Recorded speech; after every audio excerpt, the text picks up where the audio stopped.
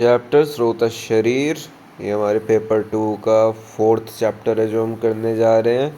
इसकी व्याख्या क्या होती है? सबसे पहले श्रवणात् स्रोतांसी, शरीर के वह सभी भाग जहाँ श्रवण मतलब जहाँ से गति क्रिया होती है वह स्रोतस है।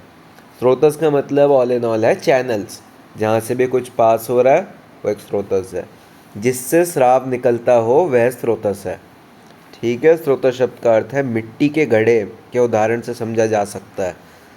जिस प्रकार घड़े के अंदर से पानी रीस कर मतलब ऊज आउट होके बाहर निकलता है, उसी प्रकार हमारे शरीर में सेल्स के अंदर पदार्थों का श्रवण क्रिया होती है। ओके। जिस प्रकार उंगली से सुई द्वारा चुभाने से रक्त बाहर निकलता है, क्योंकि रक्त असंख्य छोटे छोटे छिद्रों में बटा हुआ होता है, ना कि एक नदी की तरह बहता है जैसे कि सिराओं के अंदर बहता है। ठीक है। यहाँ पे हम स्किन का इस पे यहाँ पे हम स्रोतस की बिगर पिक्चर को देखना चाह रहे हैं। आचार्यों ने ये नहीं कहा है कि हाँ वो 14 ही नलियाँ बही हुई हैं, उन्होंने 14 पोएटिक तरीके से कही हैं कि हाँ 14 तरीके के टिश्यू होते हैं जिसके अंदर ये सारा श्रवण होता है। जो रिक्त रचना है शरीर में किसी वस्तु को देशांतर में पहुंचाने के लिए वहन कराती हैं, स्रोतस कहलाती हैं।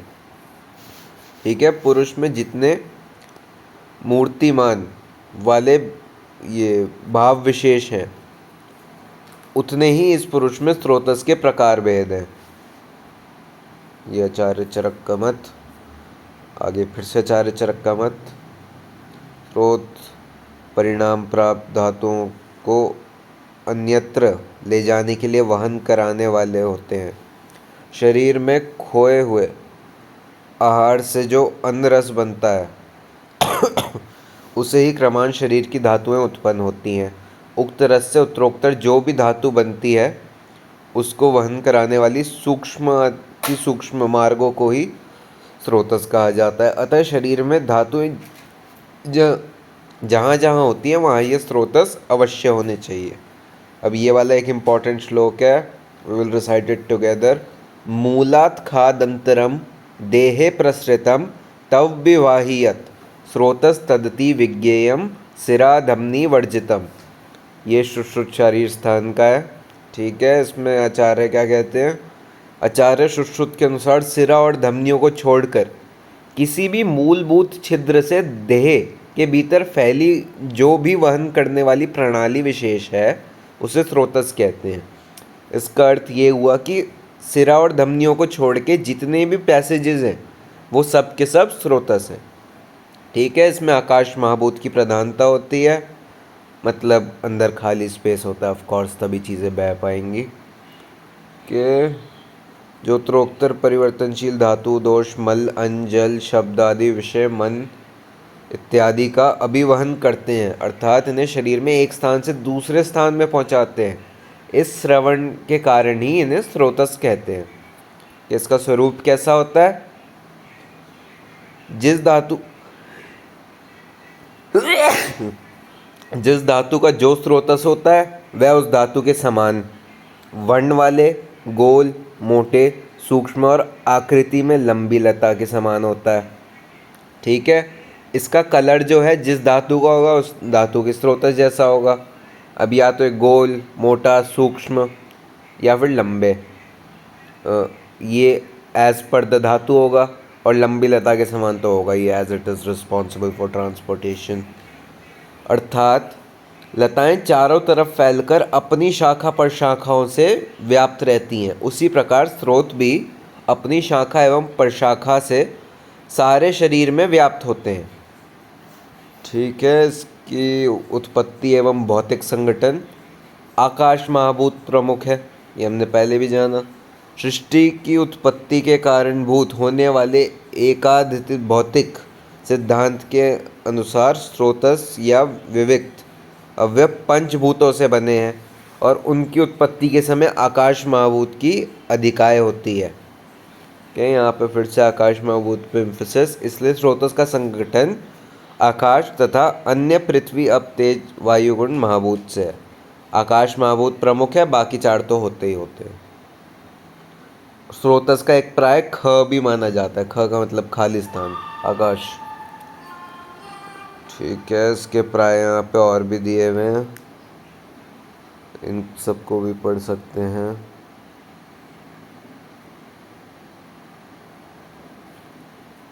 स्रोतस मतलब चैनल, सिरा, वेन, धमनी, आर्टरी।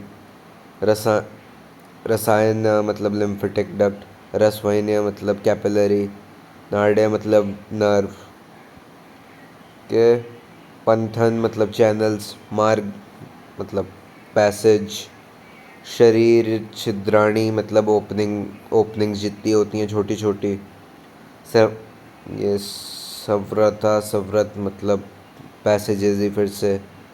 स्थानानी मतलब साइट। आश्रय मतलब जहाँ पे कोई आश्रयी रहता है, खाली जगह। निकेत मतलब अगेन जहाँ पे कोई रहता है। के मूविंग फॉरवर्ड, इसकी संख्या कितनी है? आचार्य चनक के अनुसार 13 है। आचार्य सुश्रुत के अनुसार 22 हैं। लेकिन बहिर्मुखी स्रोतस मतलब जो दो एंड वाले हैं, उसका आचार्य सुश्रुत कहते हैं कि 9 पुरुष में है और 12 स्त्रियों में है। इसके आगे फिर से गिनना कर लेते हैं कि यहाँ कैसे कैसे इन्होंने ये भेद बताए हैं। आचार्य चरक के अनुसार उन्होंने 13 बताए थे। प्राण, उदक, अन्न, रस, रुधिर, मांस, मेद, अस्थि, मज्जा, शुक्र, मूत्र, पुरीश, स्वेद। ठीक है, ये हो गए। आचार्य सुश्रुत के अनुसार क्या है कि 11 भेद हैं, प्रत्येक के दो दो स्रोतस हैं। तो हम जब दो को एक गिनते हैं टाइप्स के हिसाब से, तो हो गए हमारे ये 22। इन्हें योग वाहिनी स्रोतस कहते हैं। अब इसके टाइप्स क्या क्या हैं? प्राण, अन्न, उदक, रस, रक्त, मांस, मेद, मूत्र, पुरीश, शुक्र और आर्तव। ये सिर्फ स्त्रियों में होगा। आचार्य वाग्भट के अनुसार दो भेद हैं, एक तो जो बाह्य स्रोतस हैं और एक अभ्यंतर स्रोतस हैं। इसको दृश्य और अदृश्य कहा गया है। बाह्य मतलब जो चर्म चक्षुओं से देखे जाते हैं उन्हें बाह्य या बाहरी मुख स्रोतस कहते हैं, मतलब जो बाहर से विजिबल है। पुरुषों में 9, स्त्रियों में 12। अदृश्य मतलब जो अंदर रहते हैं, जो चर्म चक्षुओं से दिखाई नहीं देते।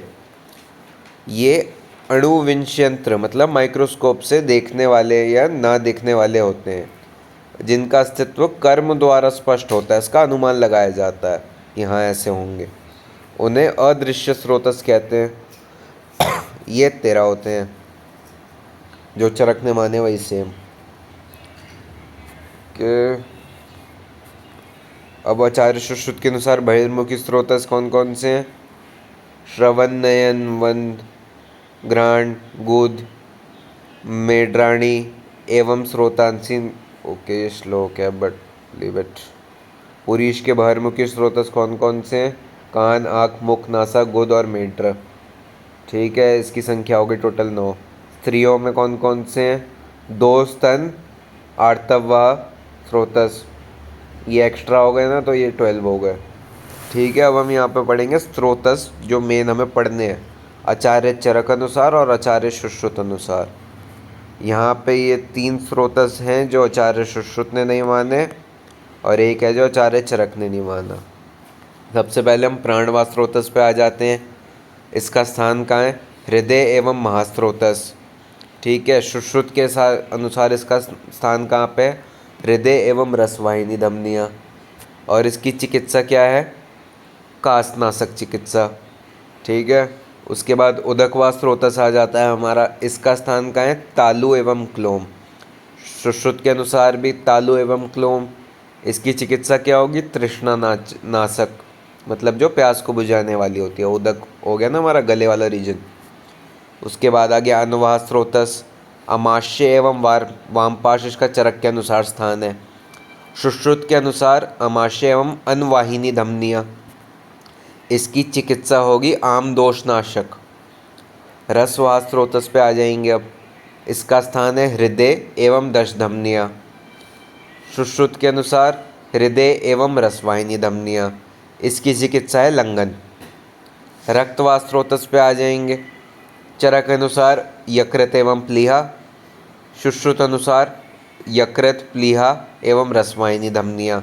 इसकी चिकित्सा होगी रक्तपित्त नाशक। मांस व स्रोतस पे आ जाएंगे, इसका स्थान चरक अनुसार स्नायु एवं त्वक, सुश्रुत अनुसार स्नायु, त्वक और रक्तवाहिनी धमनियाँ। इसकी चिकित्सा क्या होगी? ये शास्त्रकर्म, अग्निकर्म, संशोधन आदि। मेदो व स्रोतस का ये स्थान क्या है? चरक अनुसार वृक्क और वपावहन, सुश्रुत अनुसार वृक्क और कटी। इसकी चिकित्सा होगी प्रमेह नाशक। कॉपी दे ठीक है। के अस्थि व स्रोतस मेद और जंगन, इसकी चिकित्सा हो, और इसका सुश्रुत ने नहीं माना है बाय द वे। इसकी चिकित्सा होगी पंचकर्म, तिक्त द्रव्यों से सिद्ध औषधियों से, वो भी।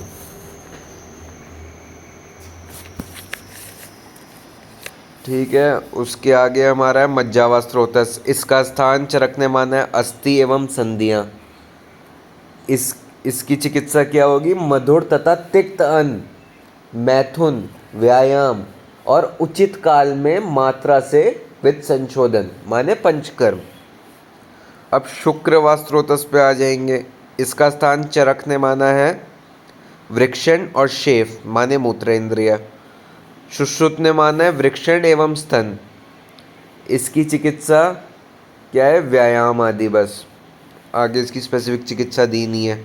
उसके बाद आ गया मूत्र व स्रोतस। इसका स्थान चरक ने माना है वस्ति एवं वंक्षण, सुश्रुत ने माना है वस्ति और मेड्र। इसकी चिकित्सा होगी मूत्र कृष्णनाशक चिकित्सा। आगे आ गया पुरीश व स्रोतस। इसका स्थान चरक अनुसार पक्वाशय और स्थूल गुद, सुश्रुत अनुसार पक्वाशय और गुद। इसकी चिकित्सा है अतिसार नाशक चिकित्सा। आगे आ गया हमारा स्वेद व स्रोतस। इसका स्थान माना चरक ने मेद और लोमकूप, आचार्य सुश्रुत ने इसको नहीं माना है। इसकी चिकित्सा है ज्वरनाशक चिकित्सा। आखिरी स्रोतस हमारा अथर्व स्रोतस, आचार्य चरक ने नहीं माना, आचार्य सुश्रुत ने इसका स्थान माना गर्भाशय और अथर्ववाही धमनियाँ। और इसकी चिकित्सा का सच कोई वो दिया हुआ नहीं है, बट रस की जो चिकित्सा है वही इसमें इम्प्लीमेंट होगी। ओके। अब स्रोतस की संख्या जो है तुलनात्मक क्या है? आचार्य चरक ने 13 प्रकार के स्रोतस माने जिनके मूल बताए हैं। अथर्व स्रोतस का मूल नहीं बताया है। आचार्य सुश्रुत ने 11 प्रकार के स्रोतस माने हैं। इन्होंने अस्थि, मज्जा और स्वेद को नहीं माना है और अथर्व स्रोतस अतिरिक्त माना है।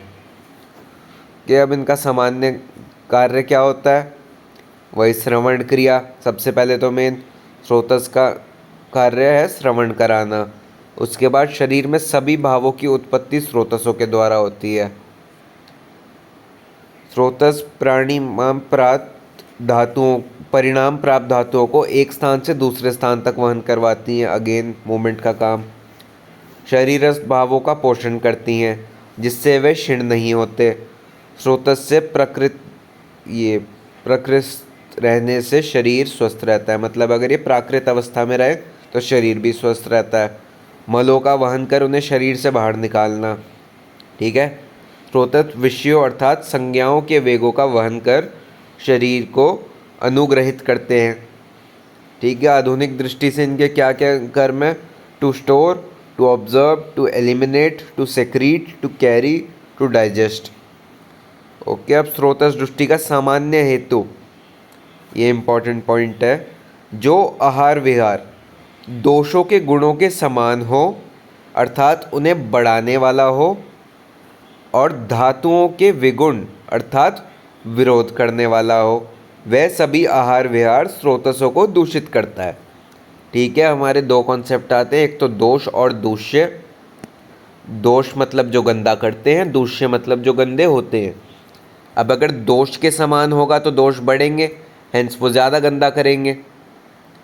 और अगर दूष्य मतलब धातुओं के गुणों के विपरीत होगा तो उसको और हानि पहुंचाएंगे। समझे? अब इसके लक्षण क्या क्या होते हैं, ये 4 टर्म्स आपको याद कर लेनी है। सबसे पहले क्या है? अति प्रवृत्ति मतलब धातुओं का अधिक निकलना। ठीक है। और संग मतलब रुक जाना।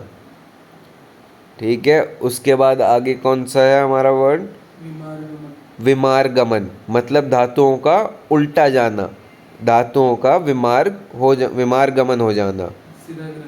और एक और हमारा टर्म है यहाँ पे सिरा ग्रंथि, मतलब सिराओं में ग्रंथि पड़ जाना, मतलब गांठें पड़ जाना। शरीर के स्रोतस का महत्व का वर्णन या ये स्रोतस का महत्व, ओके। निम्न प्रकार से है: प्राकृत शरीर में, विकृत शरीर में, चिकित्सा में, औषध क्रियाओं में। ठीक है, प्राकृत अवस्था में क्या करेंगे, ये सारी चीज़ों का वहन ढंग से करवाएंगे। ये चैनल्स हैं, प्रत्येक धातु का ये प्राकृत क्षय वृद्धि इन्हीं स्रोत द्वारा संपन्न होती है। यदि स्रोतसों में वहन कार्य सुचारू रूप से होता है, स्रोतस में वहन कार्य सुचारू रूप से चलता है तो शरीर की प्राकृत वृद्धि में भाग लेने वाली रासायनिक एवं भौतिक क्रिया अच्छी तरह चलती है। अतः शरीर की प्रकृति को समझने में स्रोतस का अधिक महत्व है। मतलब अगर ये अपनी बेस स्टेट में है, प्राकृत स्टेट में है, तो ये शरीर में सारी चीज़ों को ढंग से वो वहन करवाएंगे। उसके बाद ये क्षय वृद्धि के लिए भी कारण होते हैं। ठीक है, और अगर ये ढंग से चलेंगे तो ये रासायनिक एवं भौतिक क्रिया अच्छी तरह चलती रहती है।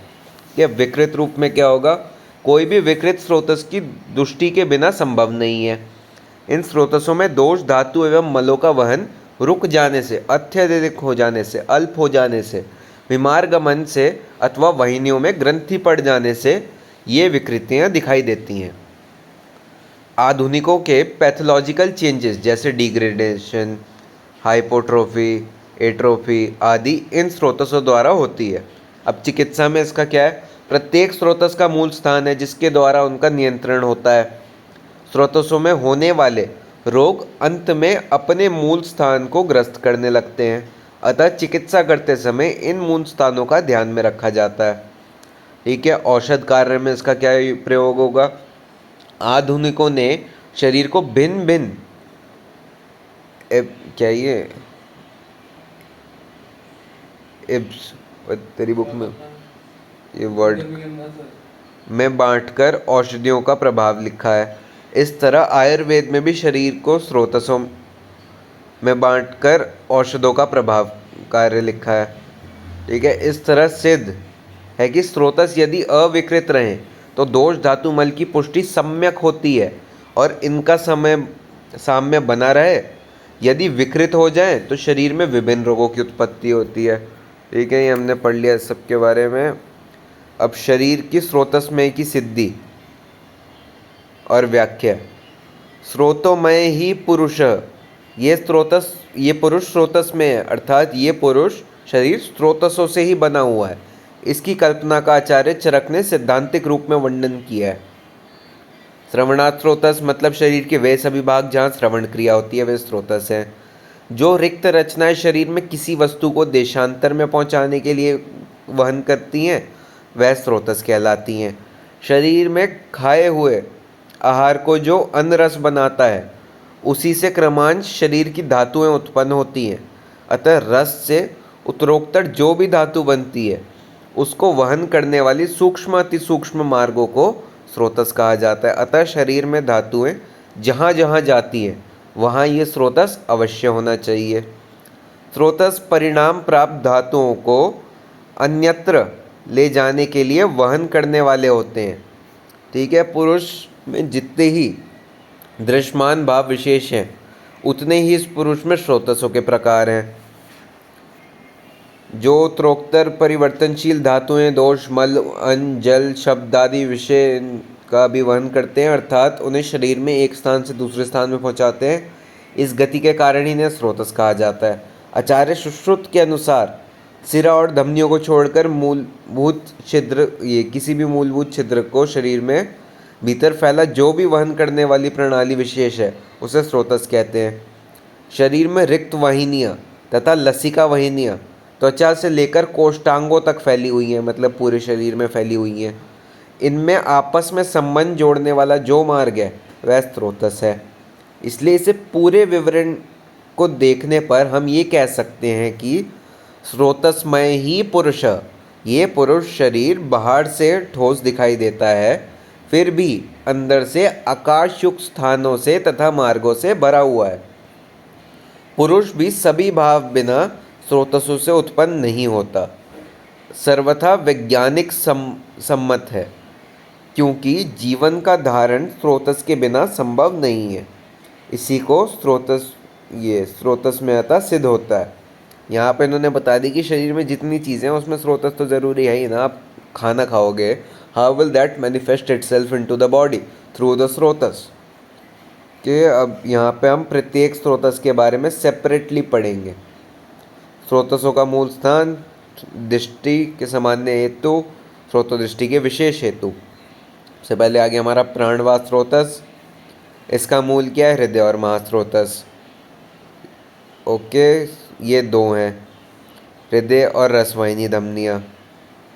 यहाँ पे एक चरक एक सुश्रुत अनुसार होना चाहिए था, ये वाला से सुश्रुत अनुसार है, डोंट नो व्हाई ऊपर चरक का रेफरेंस है।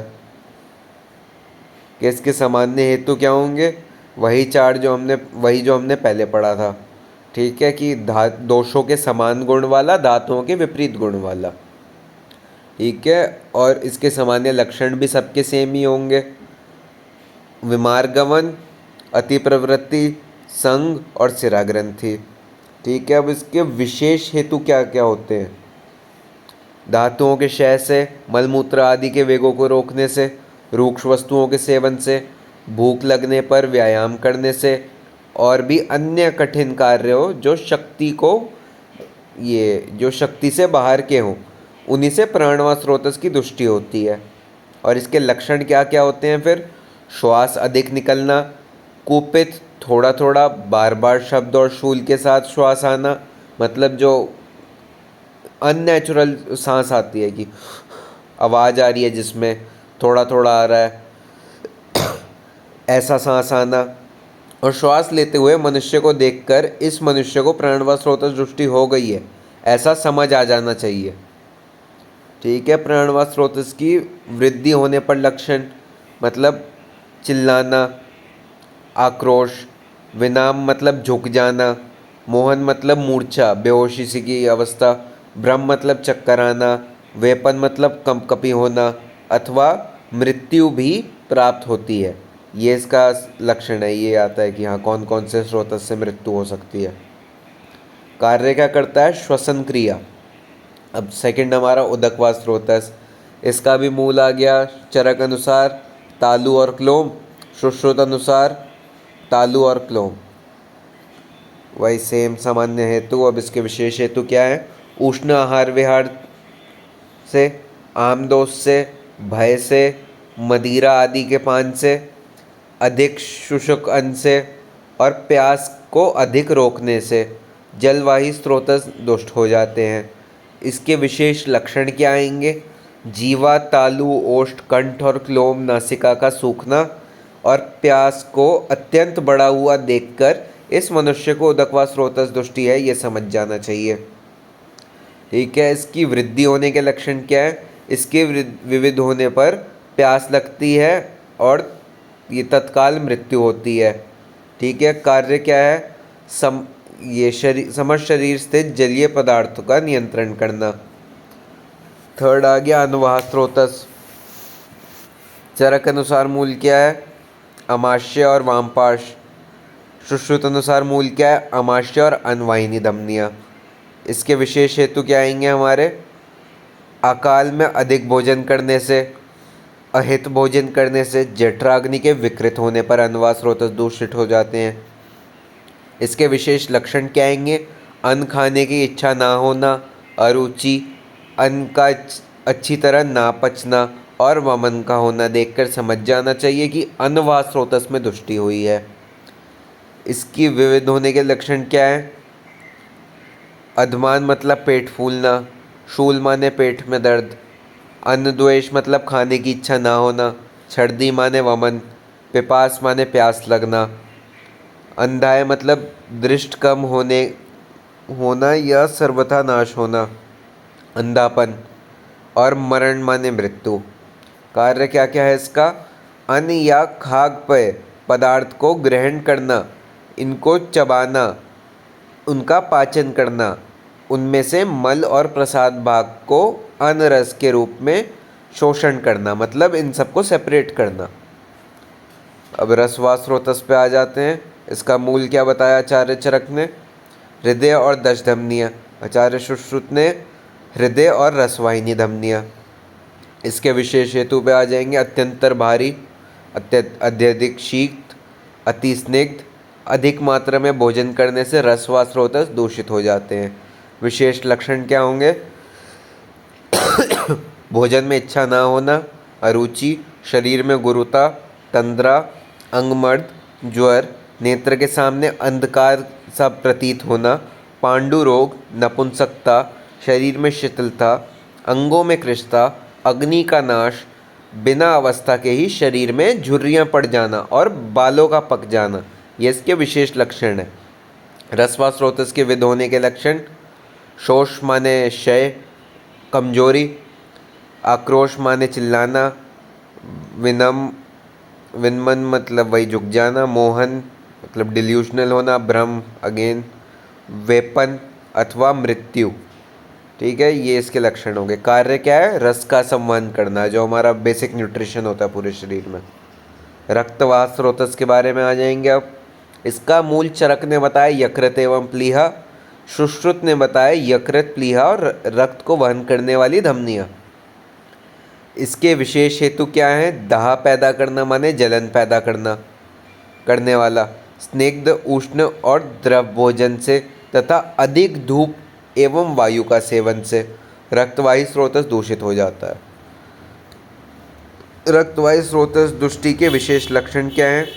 कुष्ठ, विसर्प, पिंडिका, रक्तपित्त, कुष्ठ विसर्प ये तो स्किन डिजीजेज हो गई, रक्तपदर, गुदपाक, मेट्रपाक, मुखपाक, प्लीहा वृद्धि, गुल्म, विद्रदी, कामला, द्रद्रु, चंद्रमल, छिद्र, पामा, कोट और रक्तमंडल। यहाँ पे स्किन डिजीज़ आ गई, पकना आ गया, आगे ब्लड डिजीजेज आ गई, ये सब हो जाता है। रक्तवाही स्रोतस के वृद्ध होने के लक्षण: रक्तवाह स्रोतस के वृद्ध होने पर शरीर में सफ़ेद हो जाता है, रक्त निकलता है और आंखें लाल हो जाती हैं। कार्य क्या है? रस से रक्त बनाना, शरीर का वर्ण, आभा तथा प्रभा का निर्माण करता है। ठीक है, जैसे स्किन डिजीज़ के लिए रक्त, ये ब्लड क्लेंजिंग वाली औषधियाँ लेते हैं ना, तो तभी जाके उससे वर्ण, आभा और प्रभा का निर्माण होता है। ठीक है। मांसवाह स्रोतस, इसका मूल आचार्य चरक ने माना स्नायु और त्वचा, आचार्य सुश्रुत ने माना स्नायु, त्वचा और रक्तवाह धमनियाँ। क्या इसके विशेष हेतु क्या है? अभिसंधि, स्थूल गुरु भोजन पदार्थों का सेवन से और भोजन करने के बाद तत्काल दिन में सोने से। अभिसंधि क्या होता है? गुरु भोजन मतलब जो पहले ये पका हुआ पहले खाना पचा हुआ ना हो, उसके ऊपर फिर से खाना खा लेने से। ठीक है। मांसवाह स्रोतस के विशेष लक्षण क्या है?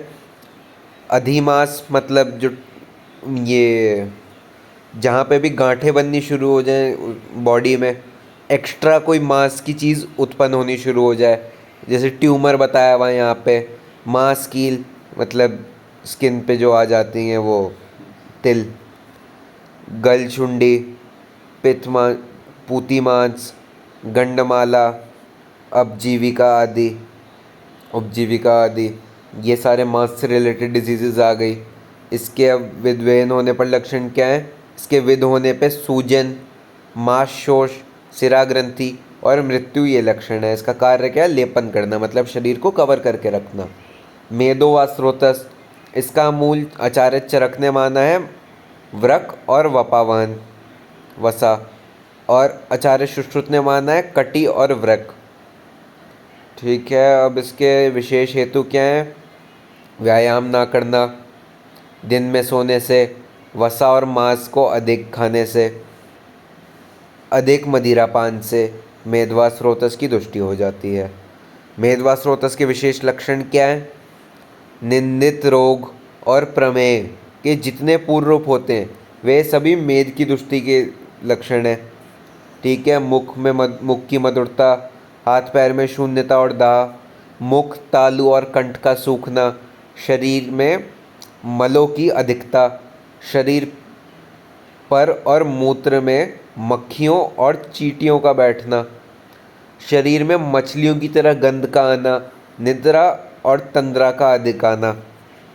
ठीक है, इसके विध होने के लक्षण क्या हैं? स्वेद, अंगों में स्निग्धता, तालुशेष, स्थूलता, सूजन और प्यास आदि लक्षण। ठीक है, कार्य का है स्निग्धता प्रदान करना। अब अस्थिवा स्रोतस पे आ जाएंगे। इसका मूल चरक ने माना है मेद और झंगन। आचार्य सुश्रुत ने यह स्रोतस नहीं माना है। इसका विशेष हेतु क्या होगा? व्यायाम से, हेतु मतलब कॉज होता है, व्यायाम से, अधिक क्षोभ से मतलब अधिक संभोग से, क्या है ये, एक सेकंड, से मतलब अति जो ग्रीविंग से, अस्थियों का अधिक आघात से, वातल आहार विहार करने से, एज वात और अस्थि का आश्रय संबंध होता है, अस्थिवा स्रोतस दुष्ट हो जाने से। अब इसके विशेष लक्षण क्या होंगे? अध्य अस्थि और अस्थि के ऊपर अधिक अस्थियों का निकलना, जैसे एक जगह दो दांत निकल आते हैं ना, और हड्डी के ऊपर भी एक गांठ सी बन जाती है। हाँ, ये अधिदंत आ गया यहाँ पे। दांत पर अधिक दांत निकलना, दंत भेद, दंतशूल, अस्थि भेद, अस्थिशूल, अस्थि और दांतों में विवरणता, केश, लोम, नख, श्मश्रु के दोष, क्योंकि ये उसके वो हैं उपधातु और मल से अस्थि दुष्टि हो जाती है। इसका कार्य क्या है? धारण करना, शरीर को स्ट्रक्चर प्रोवाइड करना। अब मज्जवा स्रोतस, आचार्य चरक ने इसका मूल माना है अस्थि और संधियाँ, सुश्रुत ने नहीं माना है।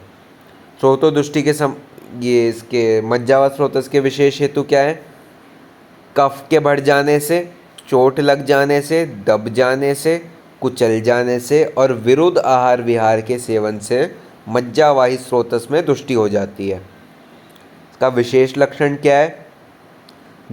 शरीर की ये ग्रंथियों में वेदना, चक्कर आना, मूर्छा, आँखों के सामने अंधेरे के ना रहते हुए भी अंधकार दिखाई पड़ना से मतलब कालापन नहीं दिखने लगता आँखों के आगे कमजोरी वमजोरी के टाइम, पर्वों में स्थूल मूल वाली फुंसियों का हो दिखाई पड़ना।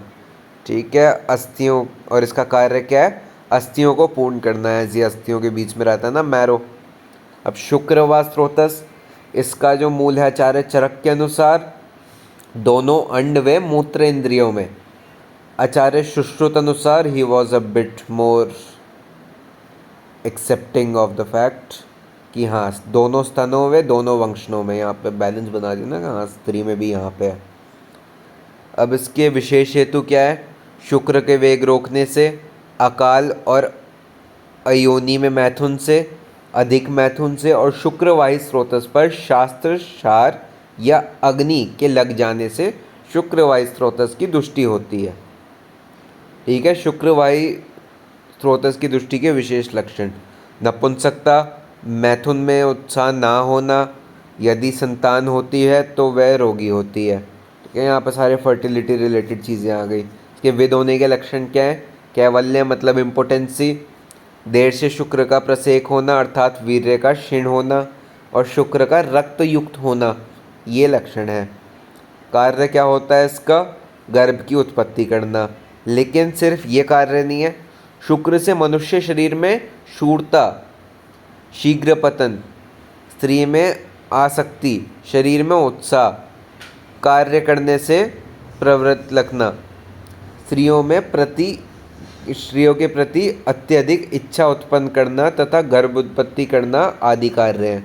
मतलब शुक्र इतने सारे काम करता है। अब मूत्रवा स्रोतस का क्या है? इसका मूल चरक अनुसार वस्ति और वंक्षण, सुश्रुत अनुसार वस्ति और मेड्र। ठीक है, अब इसके विशेष हेतु क्या होंगे? मूत्र के वेग को रोक कर जल पीने से, भोजन करने से, मैथुन करने से, बार बार मूत्र के वेग को रोकने से, शरीर के अधिक क्षीण होने से और मूत्रवाही स्रोतस पर आघात लगने से मूत्रवाही स्रोतस की दृष्टि होती है।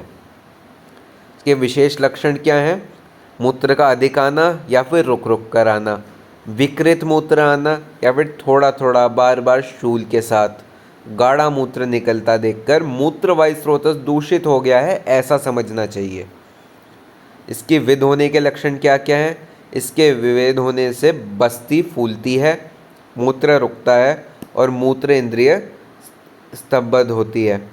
कार्य क्या है? मूत्र की उत्पत्ति करना, व संचित करना और उसे मल के रूप से शरीर के बाहर निकालना। क्या? पुरीश्वा या फिर मलवा स्रोतस, इसका जो मूल है आचार्य चरक अनुसार पक्वाशय और स्थूल गुद, आचार्य सुश्रुत अनुसार पक्वाशय और गुद। इसके विशेष हेतु क्या है? मल के वेग को रोकने से, अधिक भोजन से, अजीर्ण होने से, अजीर्ण माने इंडाइजेशन, भोजन के बाद शीघ्र ही पुनः भोजन करने से, अग्नि के मंद होने से, शरीर में कृष्णता आने से मलवा स्रोतस की तुष्टि हो जाती है। ठीक है, अब इसके विशेष लक्षण क्या है? कठिनता से या फिर थोड़ा थोड़ा एवं शब्द और शूल के साथ अत्यंत पतला गांठदार अत्यधिक मल त्याग करना, मतलब या तो हार्ड या फिर थोड़ा थोड़ा, या फिर उसमें आवाज़ आ रही है जैसे लूज मोशन के टाइप नहीं आती ऐसे करके। उसके बाद शूल माने दर्द के साथ, अत्यंत पतला के गांठदार, अत्यधिक मल त्याग। ओके। पूरी श्वास होते इसके विरुद्ध होने के लक्षण: उदर का फूलना, मल में दुर्गंध और आंतों में ग्रंथि होना। कार्य का है? पुरीश का निर्माण एवं निष्कासन करना, मतलब वही स्टूल फॉर्मेशन और उसको निकालना। स्वेद व स्रोतस, स्वेद व स्रोतस का मूल मेद और लोमकूप है, यह आचार्य चरक अनुसार है। सुश्रुत ने इसका नहीं माना है। स्वेद व स्रोतस के विशेष हेतु: व्यायाम से, अत्यधिक धूप के सेवन से, अनुचित रूप में शीत और उष्ण आहार विहार के सेवन से, क्रोध से, शोक से और भय से स्वेद व स्रोतस की तुष्टि हो जाती है। क्या इसके विशेष लक्षण क्या है? स्वेद का ना आना या अधिक आना, शरीर में अधिक कठिनता, अधिक चिकनापन, त्वचा में दाह और रोमांच आदि, मतलब अलग सी सेंसेशंस होते रहना त्वचा में। ठीक है, इसका कार्य क्या है? स्वेद का निर्माण और उसको बाहर निकालना। अथर्व व स्रोतस या आचार्य चरक ने नहीं माना है। अथर्व व स्रोतस दो हैं, उनके मूल गर्भाशय और अथर्व का वहन करने वाली धमनियाँ। आचार्य चरक ने गर्भ प्रकरण में अथर्व व स्रोतस का वर्णन किया है, लेकिन इसके मूल नहीं बताए हैं, अतः इसकी गिनती नहीं की गई है। क्या इसके विध होने पे क्या क्या लक्षण है? नपुंसकता, बांध्यता, मैथुन सहन करने की शक्ति ना होना, आतर्वनाश आदि ये लक्षण है। कार्य क्या होता है? आतर्व की उत्पत्ति तथा उसके प्रत्येक महीने में 3 से 4 दिन तक शरीर से बाहर निकालना इत्यादि, 3 से 5 दिन। Okay, that is end of our chapter. Thank you very much. Bye bye.